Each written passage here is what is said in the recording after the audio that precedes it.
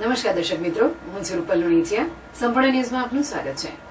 શ્રી શક્તિ સેવા કેન્દ્ર અંબાજી દ્વારા આજે મહાકેમ્પનું આયોજન અંબાજી કાલિદાસ મિસ્ત્રી ભવન ખાતે કરવામાં આવ્યું હતું. આ કેમ્પમાં જાણીતા નિષ્ણાત ડોક્ટરો થકી અંબાજી અને આજુબાજુના લોકોને નિઃશુલ્ક ચેકઅપ અને દવાઓ આપવામાં આવી હતી. મોટાભાગના લોકોએ આ સેવાકીય નિઃશુલ્ક કેમ્પનો લાભ લીધો હતો. આજે શક્તિપીઠ અંબાજી ખાતે આવેલા હર્ષ સંઘવીએ સવારે માતાજીના દર્શન કર્યા હતા. ત્યારબાદ રાજ્યના ગૃહમંત્રી હર્ષ સંઘવી શ્રી શક્તિ સેવા કેન્દ્ર દ્વારા આયોજિત કેમ્પમાં પહોંચ્યા હતા. હર્ષ સંઘવી દીપ પ્રગટાવી કેમ્પની શરૂઆત કરી હતી. અંબાજી ખાતે પહોંચેલા રાજ્યના ગૃહમંત્રી હર્ષ સંઘવીએ ચૂંટણી બાબતે પૂછતા હર્ષ સંઘવીએ જણાવ્યું હતું કે આ તો લોકોનો નારો છે. આજે હું મા અંબેના ચરણોમાં વંદન કરવા આવ્યો છું અને સેવાના કામમાં જોડાવા આવ્યો છું.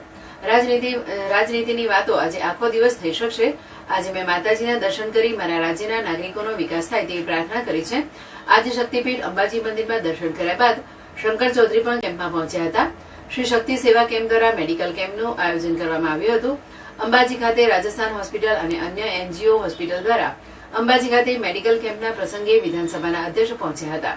શ્રી શક્તિ સેવા કેન્દ્રના ઉષાબેન અગ્રવાલ દ્વારા શંકર ચૌધરીનું સ્વાગત કરવામાં આવ્યું હતું. ત્યારબાદ એમ્બ્યુલન્સનું લોકાર્પણ કર્યા બાદ શંકર ચૌધરીએ મીડિયા સાથે વાત કરતા જણાવ્યું હતું કે મા તો મા છે, માના આશીર્વાદ તો સમગ્ર દેશનું કલ્યાણ કરશે. દેશમાં ફરીથી સશક્ત અને સ્ટેબલ અને દેશહિતવાળી સરકાર ફરીથી આવે તેવા શુભ આશીષ મા પાસે માંગ્યા હતા.